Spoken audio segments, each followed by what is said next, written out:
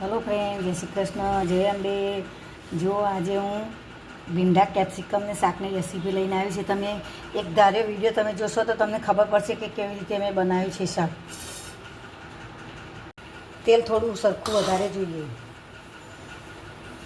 તો તેલ આવે એટલી ઘડી આપણે રાહ જોઈશું. તેલ આવી ગયું છે. જીરું, રાઈ, આ હિંગ નાખી પહેલાં ડુંગળી કાપી દેવાની. બધી વસ્તુ મેં ઊભી ચીરીઓમાં જ કરી છે.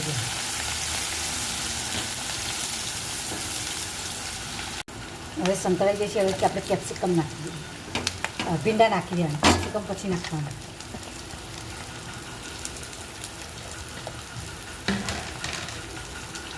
જો આપણું 50% શાક ચડી જાય એટલે પછી આપણે આ કેપ્સિકમ નાખવાના.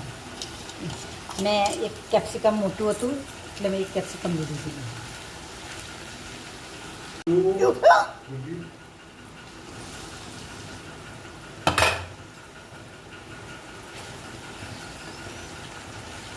જો ફ્રેન્ડ્સ, આપણે આ બધા આ મરચું છે, આ મસાલા બધા લીધા છે. મરચું, હળદર, ધાણા જીરું, આ ગરમ મસાલો ને આમચૂર પાવડર આ બધું નાખ્યું છે. જો બધો મસાલો બધું ટેસ્ટ મુજબ તમારે નાખવાનું, જે રીતે તમે ખાતા હોય એ રીતે.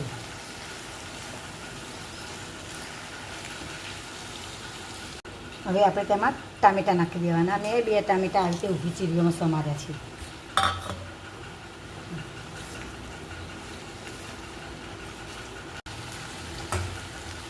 જો ફ્રેન્ડ્સ, આપણું આ શાક હવે તૈયાર થઈ ગયું છે. જો છે ને, મસ્ત છે ને, શાક બની છે. જો કલર વલર બધી રીતે સરસ છે ને. બધાને ટેસ્ટ લાવવા માટે 1 ચમચી ખાંડ નાખવાની. બહુ મસ્ત લાગશે. 1 ચમચી ખાંડ નાખી તમે આ રીતે શાક તમે બનાવશો, બહુ મસ્ત લાગશે.